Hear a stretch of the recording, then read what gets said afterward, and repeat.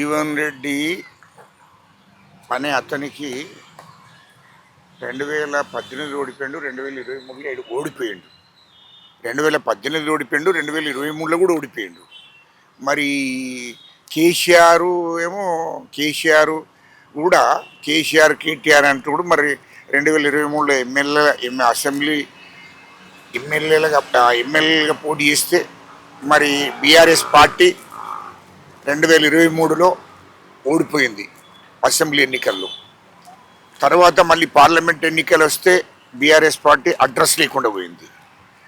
తర్వాత ఎమ్మెల్సీ ఎన్నికలు వస్తే ఇక అడ్రస్సే లేదు బీఆర్ఎస్ అనేది. తర్వాత సర్పంచ్ ఎన్నికలు వస్తే మొత్తం చిత్తుగా తెలంగాణ ప్రజలు ఓడగొట్టిండు స్థానిక ఎన్నికలలో. ఇక తర్వాత మున్సిపల్ ఎన్నికలు వస్తే తెలంగాణ ప్రజలు మున్సిపల్ ఎన్నికలు కూడా బీఆర్ఎస్ పార్టీని ఓటమి పాలు చేసిండ్రు.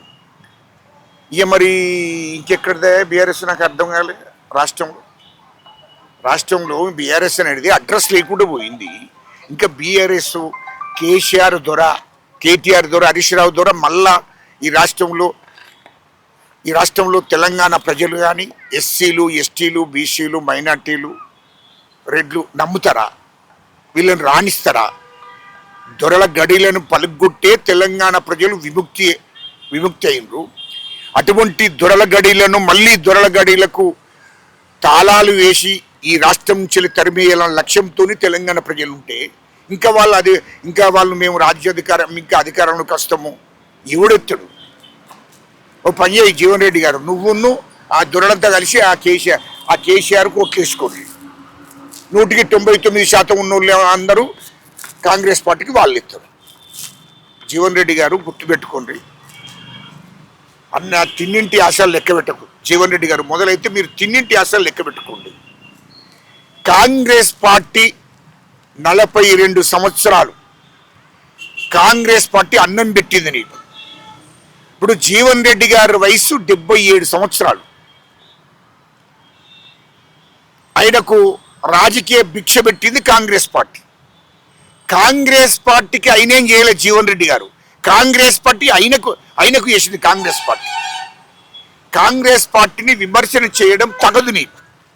ఎందుకంటే 42 సంవత్సరాలలో 14 సార్లు నీకే టికెట్ ఇచ్చింది కాంగ్రెస్ పార్టీ. జగిత్యాల్లో ఎవరికి ఇవ్వలే. 3 సార్లు ఎంపీలుగా ఎంపీ టికెట్, 11 సార్లు ఎమ్మెల్యే టికెట్ నీకే ఇచ్చింది. అంటే మొత్తం 14 సార్లు. మరి 14 సార్లు ఇచ్చి 2 సార్లు మంత్రిని చేసింది కాంగ్రెస్ పార్టీ నిన్ను. జీవన్ రెడ్డి గారు 2 సార్లు కాంగ్రెస్ పార్టీ నిన్ను మంత్రిగా చేసింది. అది గుర్తుపెట్టుకొని మాట్లాడాలి. నువ్వు ఏది మాట్లాడినా గుర్తుపెట్టుకొని మాట్లాడాలి. ఇక కాంగ్రెస్ పార్టీ నీకు ఎక్కడ అన్యాయం చేసింది? ఎందుకు గంగోలు పెడుతున్నావు నువ్వు? 42 సంవత్సరాలు జగిత్యాల కాన్స్టిట్యున్సీకి ఎవరన్నా వచ్చిందా? ఎవరన్నా ఎదిగినరా? అదొక్కటి చెప్పు. నీకు ఎమ్మెల్సీగా ఉండి కూడా 2023లో నువ్వు ఎమ్మెల్యేగా పోటీ చేసినావు. కాంగ్రెస్ పార్టీ టికెట్ ఇచ్చింది. గుర్తుపెట్టుకో జీవన్ రెడ్డి గారు, ఎందుకు పరిశాన్ అవుతున్నావు నువ్వు? ఎమ్మెల్సీగా ఉండి కూడా మరి ఎమ్మెల్యేగా ఇంకొక బీసీకో, రెడ్డికో, లేదా వైశ్యునికో టికెట్ ఇవ్వమని చెప్పలేను. నువ్వు ఎమ్మెల్సీ ఉండి కూడా మళ్ళీ కాంగ్రెస్ పార్టీ ఎమ్మెల్యే టికెట్ తీసుకున్నావు. ఇంత దుర్మార్గమైన పనులు చేసినా కాంగ్రెస్ పార్టీ నిన్ను భరించింది. అది నువ్వు గుర్తుపెట్టుకోవాలి. కాంగ్రెస్ పార్టీ అనేది రేవంత్ రెడ్డి ప్రైవేట్ లిమిటెడ్ గా తయారైపోయిందని ఈ రోజు కూడా చెప్పిండు. అయితే ఒకటి గుర్తుపెట్టుకోవాలి, ఏది ప్రైవేట్ లిమిటెడ్గో ఏదో అని తెలుస్తుంది. ఇప్పుడు ముందున్నది ముస్లింల పండుగ. ఇప్పుడు కాంగ్రెస్ పార్టీ నీకు ఏమన్యాయం చేసింది? 42 సంవత్సరాల్లో జీవన్ రెడ్డి గారి చరిత్ర మీకు తెలియదు సోదరులారా. 42 సంవత్సరాలు జగిత్యాల కాన్స్టిట్యున్సీలో, జగిత్యాల జిల్లాలో కానీ జగిత్యాల కాన్స్టిట్యున్సీలో కానీ ఒక కార్యకర్తని ఎదగనీయలే. బందీగా చేసిండు. అక్కడ కార్యకర్తలందరినీ బందీలుగా చేసిండు. ఎవరు? జీవన్ రెడ్డి గారు. 42 సంవత్సరాలలో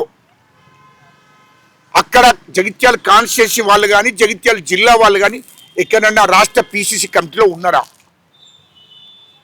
లేకుంటే ఉమ్మడి జిల్లా కరీంనగర్ ఉమ్మడి జిల్లా ఉన్నప్పుడు జిల్లా కమిటీలో ఎవరైనా ఉన్నారా? ఎవరు లేరు. మున్సిపల్ చైర్మన్గా వాళ్ళ తమ్ముడిని సొంత తమ్ముడిని చేసుకున్నాడు. బీసీలకు ఎస్సీలకు ఎస్టీలకు వైశ్యులకు అవకాశం ఇయ్యలే.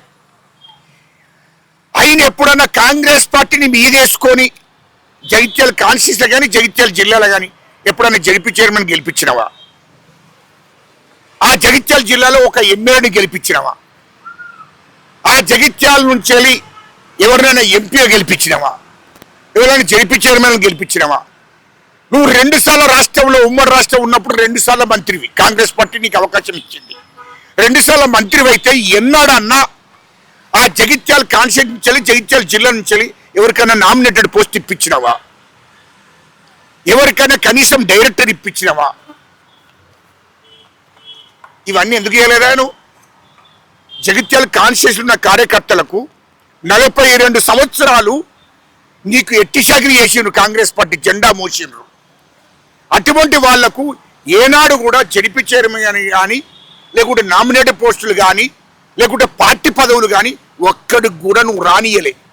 42 సంవత్సరాలు పాపం జగిత్యాల కాన్స్టిట్యూన్సీ కాంగ్రెస్ కార్యకర్తలను నువ్వు బెదిరించి అదిరించి వాళ్ళ మీద విషం కక్కి వాళ్ళని ఓర్చుకోలేదు. నువ్వు ఒక్క కార్యకర్త కూడా ఆర్థికంగా సామాజికంగా రాజకీయంగా ఎదగనీయలేదు. నువ్వు అటువంటి నువ్వు మాట్లాడుతున్నావా? జగిత్యాల్లో ఆల్టర్నేట్గా ఎవరినైనా క్యాండిడేట్ ఉన్నాడా కాంగ్రెస్ నుంచి? ఎవరిని ఎదగనీయలే, తొక్కేసినావు నువ్వు. ఇది జగిత్యాల కాన్స్టిట్యూన్సీలో ఉన్నటువంటి కాంగ్రెస్ కార్యకర్తలు అందరికీ తెలుసు. జగిత్యాల జిల్లాలో ఉన్న కాంగ్రెస్ కార్యకర్తలకు అందరికీ కూడా తెలుసు. ఇంకా నువ్వు మాట్లాడే ముఖం ఎక్కడదయ్యా నీకు? ఎవరి కోసమన్నా కార్యకర్తల కోసం నువ్వు త్యాగం చేసినవా? ఓ గంగోలు పడుతున్నావు అంత భుజాలు కొట్టుకుంటున్నావు. ఎందుకైనా నాకు అర్థం కాలే. ఎవరైనా కాంగ్రెస్ కార్యకర్తలకు అన్యాయం జరిగింది. ఎవరికి అన్యాయం జరిగింది? నీకా? 14 సార్లు టికెట్ ఇచ్చింది కాంగ్రెస్ పార్టీ. సిగ్గుండాలే మాట్లాడడానికి. 14 సార్లు, 3 సార్లు ఎంపీగా, 11 సార్లు ఎమ్మెల్యేగా, ఎమ్మెల్సీగా ఒకసారి. సిగ్గుండాలి మాట్లాడడానికి.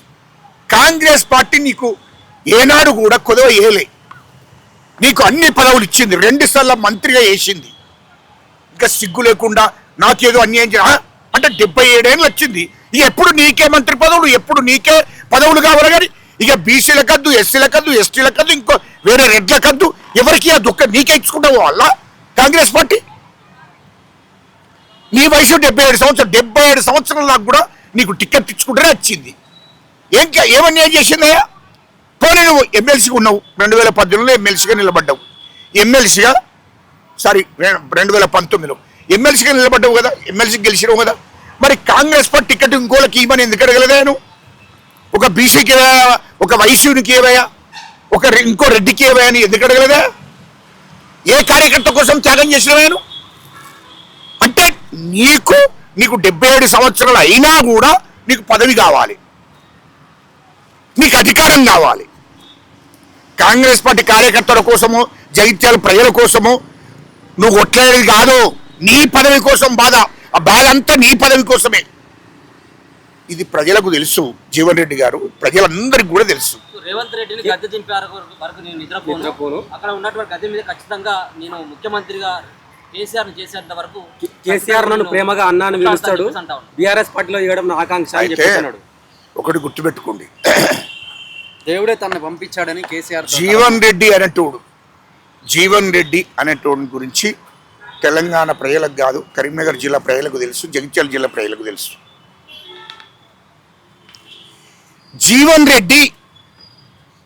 జీవన్ రెడ్డి కాంగ్రెస్ పార్టీకి ఏం చేయలే.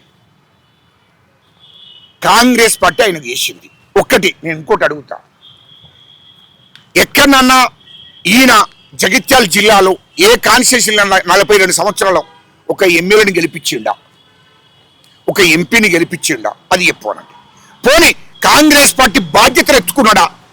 రాష్ట్రంలో కానీ కరీంనగర్ ఉమ్మడి జిల్లాలో కానీ ఏదైనా బాధ్యతలు ఎత్తుకొని కాంగ్రెస్ పార్టీని మోసిండా? కాంగ్రెస్ పార్టీ కోసం ప్రచారం చేసిండా? కాంగ్రెస్ పార్టీని భుజస్కంధాల మీద వేసుకొని సేవ చేసిండా? ఒక్కనాడు ఒక రూపాయి కాంగ్రెస్ పార్టీ కోసం ఖర్చు పెట్టిండా? రాష్ట్రంలో కానీ జిల్లాలో కానీ ఎక్కడన్నా కాంగ్రెస్ పార్టీ కోసం ఖర్చు పెట్టిండా? అది చెప్పుకోనండి. ఎప్పుడైనా గాంధీ భవన్కి వచ్చి అయ్యో కాంగ్రెస్ పార్టీ గాంధీ భవన్ ఆఫీస్లో ఉన్నటువంటి పనిచేస్తున్నటువంటి వాళ్ళను మందలిచ్చిండా? గాంధీ భవన్లో ఉండేటువంటి వర్గాలను మందలిచ్చిండా? గాంధీ భవన్లో పనిచేస్తున్నటువంటి మరి వాళ్ళని గిట్ట మందలిచ్చి వాళ్ళకి ఏమైనా సహకరించిండా? కాంగ్రెస్ పార్టీకి ఏమైనా సపోర్ట్ చేసిండా? కాంగ్రెస్ పార్టీని మోసిండా? ఏం చేసినా నేను కాంగ్రెస్ పార్టీ జగిత్యాల్లో నువ్వు ఉండి కాంగ్రెస్ పార్టీ నీకు వేయించుకున్నావు తప్ప కాంగ్రెస్ పార్టీకి నువ్వు ఏలే. ఎక్కడైనా ఇన్ఛార్జిగా పోయి కాంగ్రెస్ పార్టీని గెలిపించినవా? కాంగ్రెస్ పార్టీ జెండా పట్టుకొని జగిత్యాలు దాటి ఎక్కడికైనా పోయినవా? గజ్జపోయా మొదలు. ఇవన్నిటికీ జవాబు చెప్పు. రెండవది, ఇది నీ స్వార్థ ప్రయోజనాల కోసం, స్వార్థ ప్రయోజనాల కోసం నువ్వు చేస్తున్న డ్రామాలు. కేసీఆర్ 10 ఏళ్ళు టీఆర్ఎస్ పార్టీ అధికారాలు ఉంటే కేసీఆర్ తోని పనులు చేయించుకున్నది ఒక జీవన్ రెడ్డి. కేసీఆర్ తోని పని చేయించుకున్న జీవన్ రెడ్డి కేసీఆర్ తోని చాలా సందర్భాల్లో 10 ఏళ్ళు ఆయన అధికారంలో ఉన్నప్పుడు మాట్లాడుకున్నాడు. ఆయన పనులు ఎక్కడ ఆగలే. కేసీఆర్ నన్ను ప్రేమగా అన్నాను. అరే అదే చెప్తున్నా, అదే అడిగొస్తున్నా నేను. నీకు కాంగ్రెస్ పార్టీలో ఉండి కాంగ్రెస్ పార్టీకి ద్రోహం చేసుకుంటూ అదే కేసీఆర్ తో మాట్లాడుకుంటూ 10 ఏళ్లలో 500 కోట్ల పని చేయించుకున్నాడు కేసీఆర్ తోని. ఎవరు? జీవన్ రెడ్డి. ఇంకా చాలా మంది కేటీఆర్ తోని చెట్టపట్టలు తీసుకొని తిరిగి వాళ్ళతో పని చేసుకున్నాడు. ఇంకో 3-4 ఉన్నారు ఈయన లెక్కనే. కాంగ్రెస్ పార్టీలో ఉండి కాంగ్రెస్ పార్టీని మోసం చేసుకుంటూ టీఆర్ఎస్ పార్టీకి కేసీఆర్కు సపోర్ట్ చేసుకుంటూ ఒక ఏజెంట్గా తయారైండు. జీవన్ రెడ్డి ఖచ్చితంగా అమ్ముడు పోయిండు. జీవన్ రెడ్డితో పాటు ఇంకా 3-4 టైం వచ్చినప్పుడు నేను చెప్తాను. అంటే టీఆర్ఎస్ కేసీఆర్ కు వీళ్ళంతా ఏజెంట్లుగా, కేసీఆర్ కేటీఆర్ కు హరీష్ రావుకు కొంతమంది ఒక 2-3 ఉన్నారు. వాళ్ళకు అమ్ముడు పోయినరు. వాళ్ళతో చెంచల్గా ఏజెంట్లుగా పనిచేసిండ్రు. 100 కోట్ల పనులు కూడా వేయించుకున్నారు. మళ్ళీ కాంగ్రెస్ పార్టీ అధికారంలోకి రాగానే ధర్మని మళ్ళీ మేము కాంగ్రెస్ కదా అని మభ్యపెట్టి మోసం చేయడం కోసం మళ్ళీ పదవులు తీసుకొని అనుభవిస్తుంది ఇక్కడ. అందులో 2-3 ఉన్నారు. అది జీవన్ రెడ్డి లాంటి వాడు. జీవన్ రెడ్డి లాంటి ఒకడు వేయండు, ఇంకో 2-3 ఉంటారు. అంటే ఇలాంటి వాళ్ళు కాంగ్రెస్ పార్టీకి ద్రోహం చేసే మూర్ఖులు. అలాంటి వాళ్ళకి మీ పార్టీ సమయం వచ్చినప్పుడు కాంగ్రెస్ పార్టీ నాయకత్వము వాళ్ళ సంగతి చూస్తుంది. హైకమాండ్ కానీ ఇక్కడ ఉన్నటువంటి ముఖ్యమంత్రి గారు, మా పిసిసి గారు చూసుకుంటారు. నేను పర్సనల్ గా టార్గెట్ ఎవరిని వేయ. నేను ఎవరిని కూడా నేను తెలంగాణ ఉద్యమం చేసినోడిని, తెలంగాణ చేసి చైర్మన్ గా ఉన్నవాడిని, తెలంగాణ ఉద్యమంలో కీలక పాత్ర వహించినోడిని. కాంగ్రెస్ పార్టీకి నన్ను రమ్మంటే కాంగ్రెస్ పార్టీకి వచ్చినోడిని 2014లో. అప్పటి నుండి కాంగ్రెస్ పార్టీ జెండా మోసుకుంటున్నోడిని. ఎక్కడ కూడా నేను నాకు వ్యక్తిగతంగా ఎవరితో సంబంధం. ఎందుకు అంటే జీవన్ రెడ్డి గారికి నేను ఉమ్మడి కరీంనగర్ జిల్లా వాసిని కాబట్టి, ఇక్కడ ఈయన రాష్ట్రంలో తెలంగాణ ఉద్యమంలో కీలక పాత్ర వహించినోడు కాబట్టి, ఇయాల్లో ఇక్కడ ఎమ్మెల్యేగా పోటీ చేస్తే నాకు ఎక్కడ అదవుతుందో అని భయంతో 2018లో నేను గజ్జలకాంతంకు టికెట్ ఇస్తే నేను రాజీనామా చేస్తా, గజ్జలకాంతంకు టికెట్ ఇస్తే నేను పోటీ అయ్యా అని గతంలో చెప్పిన చరిత్ర జీవన్ రెడ్డి గారికి ఉంది. అది మా హైకమాండ్ చూసుకుంటుంది. ఖచ్చితంగా హైకమాండ్ చూసుకుంటుంది. హైకమాండ్ నిర్ణయం చేస్తుంది. హైకమాండ్ కాంగ్రెస్ పార్టీ నాకు తల్లి లాంటిది. కాంగ్రెస్ పార్టీ హైకమాండ్ ఏదైనా హైకమాండ్ చేతిలో ఉంది, వాళ్ళు నిర్ణయం చేస్తారు. అంటే 20వ తారీఖు కేసీఆర్ భారీ బహిరంగ సభ పెడుతున్నాడు కదా, జీవన్ రెడ్డి 1,00,000 మంది దాకా పాల్గొంటారంట కార్యకర్తలు. ఒకటి గుర్తుపెట్టుకోండి, ఈ జీవన్ రెడ్డి కేసీఆర్ కేటీఆర్ అంటూ ఎవడో శాస్త్రం చెప్తున్నాడు. సంసారం పోయి సందర్భం అంటే ఎవరో పోయి రక్షెక్కిండ్రట. అలాంటి పద్ధతి వాళ్ళు అవలంబిస్తున్నారు. ఎవరు? కేసీఆర్ కేటీఆర్. ఏమయ్యా 2001 నుండి 2023 దాకా టీఆర్ఎస్ పార్టీలో ఎంతమందిని కేసీఆర్ దొక్కేసిండా? ఎంతమందిని దొక్కేసిండా? టీఆర్ఎస్ పార్టీ కోసం నాయకులు కార్యకర్తలు కష్టపడ్డ నాయకులు కార్యకర్తలు 2001 నుంచి వెళ్ళి పార్టీ ఆ పార్టీ కోసం కష్టపడ్డను మొత్తం మందిని తొక్కేసిండు. ఎవరో కేసీఆర్,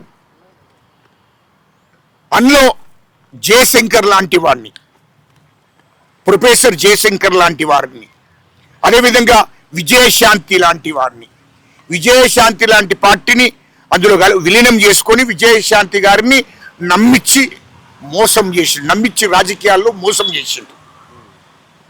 అదేవిధంగా మన దేశం చిన్నమల్లయ్య గారిని, అదేవిధంగా కొండలక్ష్మణ్ బాపూజీ గారు లాంటి వాళ్ళను, అదేవిధంగా ఎన్నయ్య లాంటి వాళ్ళను, ఇట్లా చెప్పుకుంటూ పోతే అనేక పేర్లు ఉన్నాయి, చాలా మందిని కూడా. ఇట్లా టిఆర్ఎస్ పార్టీలో చాలా మందిని మోసం చేసాడు. ఇంకోటి, కేసీఆర్, కేటీఆర్, హరీష్ రావు నీతులు చెప్పకుండా మీరు నీతులు చెప్తే సిగ్గనిపిస్తుంది. మీ పార్టీలో 100 మందిని దొక్కేసి పార్టీలు లేకుండా చేసినరా మీరు. ఎంతమంది ఉసురుదలిగిపోతారా మీరు. తెలంగాణ ఉద్యమకాల ఉసురుదలుగుతుంది. టిఆర్ఎస్ పార్టీ కోసం పనిచేసిన వాళ్ళను కూడా ఎంతో మందిని తొక్కేసారు. రాముల్ నాయక్ టిఆర్ఎస్ పార్టీ కోసం రక్తాన్ని దారబోసాడు. అటువంటి రాముల్ నాయకును కూడా తొక్కేసారు వాళ్ళు. ఇంకా చెప్పుకుంటూ పోతే చాలా ఉన్నాయి. అదేవిధంగా ఈటల రాజేందర్ గారు టిఆర్ఎస్ పార్టీకి పూర్తిగా అండగా ఉండి టిఆర్ఎస్ పార్టీ కోసము నిరంతరం పనిచేసి డబ్బులు ఖర్చు పెట్టి పార్టీని ఎత్తుకొని కేసీఆర్, కేటీఆర్, హరీష్ దగ్గర అప్పుడు పైసలు లేవు. అరే ఈటల రాజేందర్ వ్యాపారం చేసుకుంటా డబ్బులు సంపాదించుకున్నాడు. ఆ డబ్బులన్నీ కూడా టిఆర్ఎస్ పార్టీ కోసం ఖర్చు పెట్టిండు, కష్టపడ్డాడు. తెలంగాణ ఉద్యమం కోసం ఆయన చాలా మందిని గదిలిచ్చాడు, ఉద్యమం చేశాడు. టిఆర్ఎస్ పార్టీని భుజస్కంధాల మీద వేసుకొని నడిపించాడు. అటువంటి మంత్రి పదవి ఇచ్చినట్టు ఇచ్చి మోసం చేసి కేసులు పెట్టి, ఉల్టా కేసులు పెట్టి పట్టమొదటి పార్టీ నుంచి బయటికి నెట్టేసిండు. మంత్రి పదవి ఊడవీకి. వాస్తవానికి ఎమ్మెల్యేగా కేసీఆర్, కేటీఆర్ గెలిపించింది కాదు, టిఆర్ఎస్ పార్టీ ద్వారా గెలిచింది కాదు. ఆయన సొంతగా హుజురాబాద్ ప్రజలు గెలిపించింది ఆయనను. టిఆర్ఎస్ పార్టీకి ఈటల రాజేందర్ మూలంగా పేరు వచ్చింది, కానీ టిఆర్ఎస్ పార్టీ ద్వారా ఆయనకు పేరు వచ్చింది కాదు ఇది. కానీ ఈటల రాజేందర్ని అంత శ్రమపడి కష్టపడి టిఆర్ఎస్ పార్టీని డెవలప్ అవ్వడానికి కష్టపడి పనిచేసినటువంటి ఈటల రాజేందర్ని బయటికి నెట్టేసి, మెడలు పట్టి బయటికి పట్టబట్టి నెట్టేసారు. అటువంటి చరిత్ర కేసీఆర్, కేటీఆర్, హరీష్ రావుది. నువ్వు ఎంతనా జీవన్ రెడ్డి కాంగ్రెస్ పార్టీకి ఏమైనా ఉరగబెట్టింది ఉన్నదా? రేపు టీఆర్ఎస్ పార్టీకి నీ మూలంగా ఉరిగేది ఏమన్నా బుచ్చు ఏమైనా ఉన్నదా? ఏమున్నదా? ఏమున్నది? ఇంకోటి, డి శ్రీనివాస్ గారిని తొక్కేసిండు. ఎంతమందిని పార్టీలో తీసుకొని ఎంతమందిని తొక్కేసిండు. ఇప్పుడు లక్ష్మయ్య గారి గతి ఏందే? పొన్నాల లక్ష్మయ్య గతి ఏందే? ఆయన ఉమ్మడి రాష్ట్రానికి పిసిసి అధ్యక్షునిగా, మంత్రిగా, మరి అక్కడేం చేయిందే? అక్కడేం చేసి అరే అక్కడేం చేసింది అని అడుగుతున్నా. అది పార్టీని వదిలేసిన వాళ్ళు, పార్టీ వాళ్ళకి చేసింది, పార్టీకి వాళ్ళేం చేయలే. ఇప్పుడు మరి ఆడేం చేసింది? అటు పోయి ఎవడన్నా మదర్ ఇచ్చినట్టు పొన్నాల ఇప్పుడు అది కాదయా. పొన్నాల లక్ష్మీ అయితే ఉండే కదా, పొన్నాల లక్ష్మీకి ఏం ఉరగ పెట్టిన అంటున్నా నేను. మరో పొన్నాల లక్ష్మి కాబోతున్నా, మరో పొన్నాల లక్ష్మీ అయినా అవుతాడయా, మరో డి శ్రీనివాసే అవుతాడయా. ఎందుకు పరిచయం అవుతున్నారు? ఇప్పుడు కాంగ్రెస్ పార్టీ లక్షల మందిని, వేల మందిని, 100 మందిని దేశంలో రాజకీయంగా అన్ని రకాలుగా ఆదుకున్నది కాంగ్రెస్ పార్టీ. కాంగ్రెస్ పార్టీ ఏయడం మూలంగా ఎస్సీలకు అవకాశాలు వచ్చినాయి, బీసీలకు అవకాశాలు వచ్చినాయి, ఆదివాసీలకు అవకాశాలు వచ్చినాయి, అన్ని వర్గాలకు, అన్ని కులాలకు అవకాశాలు వచ్చినాయి కాంగ్రెస్ పార్టీలో. కాంగ్రెస్ పార్టీలో ప్రస్తుతం సీనియర్లకు చెక్ పెట్టే ప్రణాళిక నడుస్తుంది. అదేం లేదు. జీవన్ రెడ్డి ఒకటి వినండి, కొత్త వారికి అవకాశాలు ఇవ్వాలి కదా కాంగ్రెస్ పార్టీ. ఇప్పుడు 70 ఏళ్ళు 80 ఏళ్ళు ఉన్న వాళ్ళకు తెచ్చుకుంటూ పోతే మరి వీళ్ళకి ఎప్పుడు వస్తాయి? కష్టపడి జెండా మోసిన వాళ్ళకి ఎప్పుడు వస్తాయి అవకాశాలు? ఇప్పుడు అందరికీ 60 ఏళ్ళు 70 ఏళ్ళు 80 ఏళ్ళు ఉన్న వాళ్ళకు ఇక వాళ్ళ జీవిత కాలం అంతా వాళ్ళకి పదవులు ఇస్తే మరి కొత్త వాళ్ళకు కూడా, రాని వాళ్ళకు కూడా అవకాశం చూడాలి కదా. హైకమాండ్ అదే ఆలోచన చేస్తుంది, మా ముఖ్యమంత్రి గారు అదే ఆలోచన చేస్తున్నారు. ఇప్పుడు జీవన్ రెడ్డి గారు అంటేనా, జీవన్ రెడ్డి గారు, కేసీఆర్, కేటీఆర్ వీళ్ళను తెలంగాణ ప్రజలు ఎవరు నమ్మడు. జీవన్ రెడ్డి గారిని జగిత్యాల్లో 2018లో ఓటమి పాలు చేసిండు, 2023లో ఓటమి పాలు చేసిండు, 3 సార్లు ఎంపీగా ఓడిపోయిండు. ఇంకేం చెప్తారా తెలంగాణ ప్రజలు కానీ జగిత్యాల కాన్స్టిట్యూన్సీ ప్రజలు జీవన్ రెడ్డి నమ్మే పరిస్థితులు లేరు. జీవన్ రెడ్డిని అయిపోయిన కథ, ముగిసిన కథ అది. జీవన్ రెడ్డి గారిని ఎవరు పట్టించుకునే పరిస్థితులు లేదు. అర్థమైందా? రెండోది కేసీఆర్, కేటీఆర్, హరీష్ రావు అనే ఆయనను ఇక మీకు ఇంతకుముందు కూడా ఎప్పుడు 2023లో ఓటమి పాలు చేసిండు. ఇవాళ కేసీఆర్ దొరను, హరీష్ రావు దొరను, కేటీఆర్ దొరను ఈ రాష్ట్రంలో 99% ఉన్న ఎస్సీలు, ఎస్టీలు, ఆదివాసులు, బీసీలు, రెడ్లు, ఇతర ఈ 190% ఉన్న ప్రజలు నమ్మే పరిస్థితులు లేరు. బీఆర్ఎస్ ఈ దొర గడీలను పలుగొట్టి కాంగ్రెస్ పట్టం కట్టిన తెలంగాణ ప్రజలు, అది గుర్తుపెట్టుకోండి. ఇంకొకటి ఏంది, కేటీఆర్ రేవంత్ రెడ్డి గారు పోయి కేసీఆర్ అత్తడు చూడు. కేసీఆర్ ముత్తాత దిగచ్చిన, అయ్య దిగచ్చిన, కేటీఆర్ ముత్తాత దిగచ్చిన, జీవన్ రెడ్డి తాత దిగచ్చిన ఏం పీకలేరు అంటున్నా. రేవంత్ రెడ్డి గారి, మా ముఖ్యమంత్రి గారి ఏం పీకలేరు అంటున్నా. ఆయన ఇంటికి కూడా పీకలేరు మీరు, మీతో కాదు కూడా. తెలంగాణ ప్రజలకు మొత్తం తెలుసు. మా ముఖ్యమంత్రి రేవంత్ రెడ్డి గారు ఇచ్చిన హామీలన్నీ నెరవేర్చడానికి ఒకటిని నెరవేరుస్తున్నాడు. ఏమయ్యా జీవన్ రెడ్డి, కేసీఆర్, కేటీఆర్ ఏమో బాగా మాట్లాడుతున్నారు.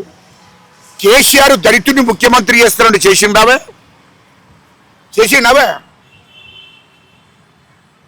ఇయాల్లో వరంగల్ రాజయ్యను డిప్యూటీ సీఎం వేసినట్టు చేసి ఒక దళితుడు డిప్యూటీ సీఎం ఉంటే ఓర్చుకోలేనటువంటి కేసీఆర్, కేటీఆర్ మీరు ఎందుకు మాట్లాడుతుర్రే?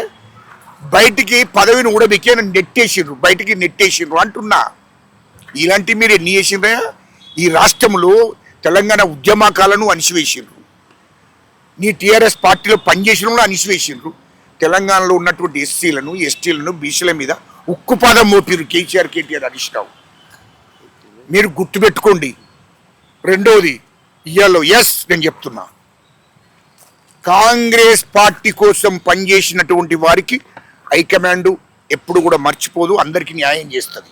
రెండోది కాంగ్రెస్ పార్టీ 2034 దాకా కాంగ్రెస్ పార్టీ అధికారంలో ఉండబోతుంది. ఇది 100కు 100%.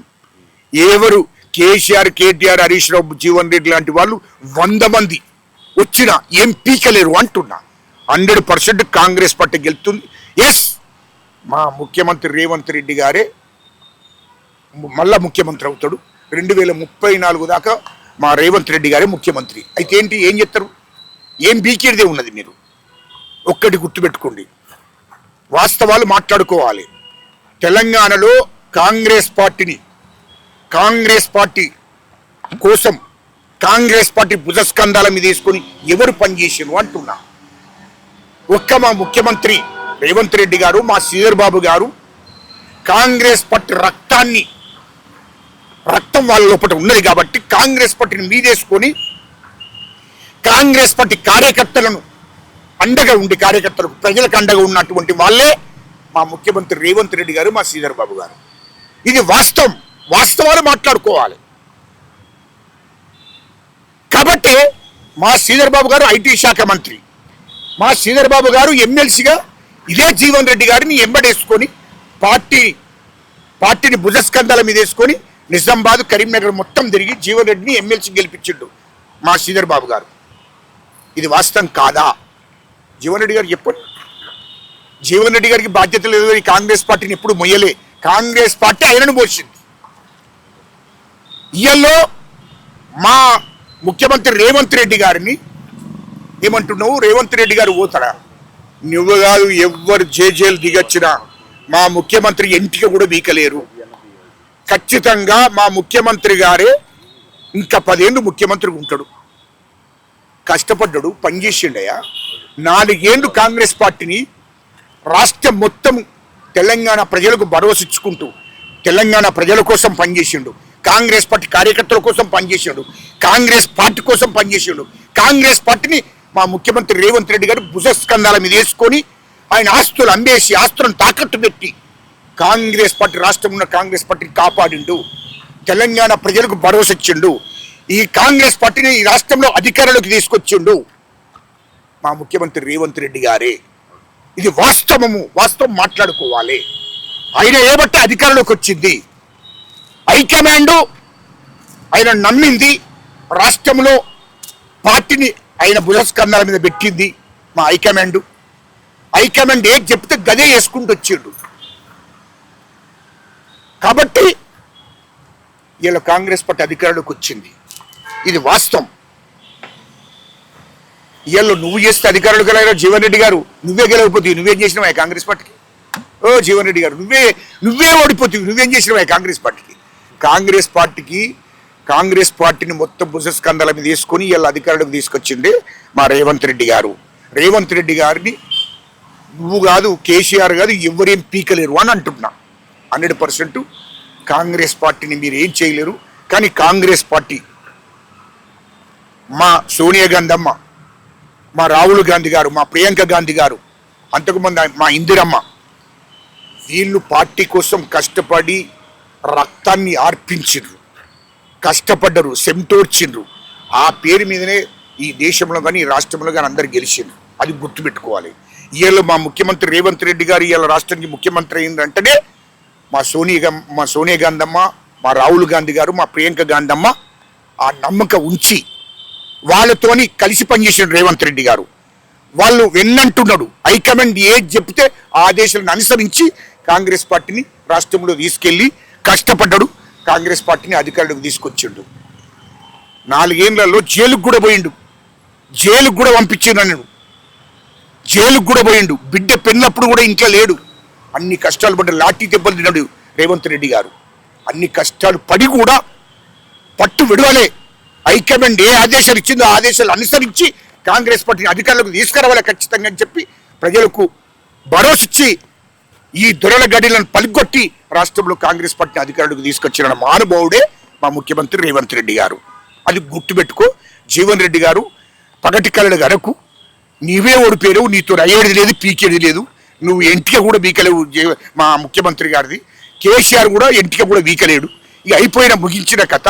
ఇంకొకటి మాత్రం ఉన్నది లాస్ట్కు, కేసీఆర్, కేటీఆర్, హరీష్ రావు మీద విచారణ జరుగుతుంది.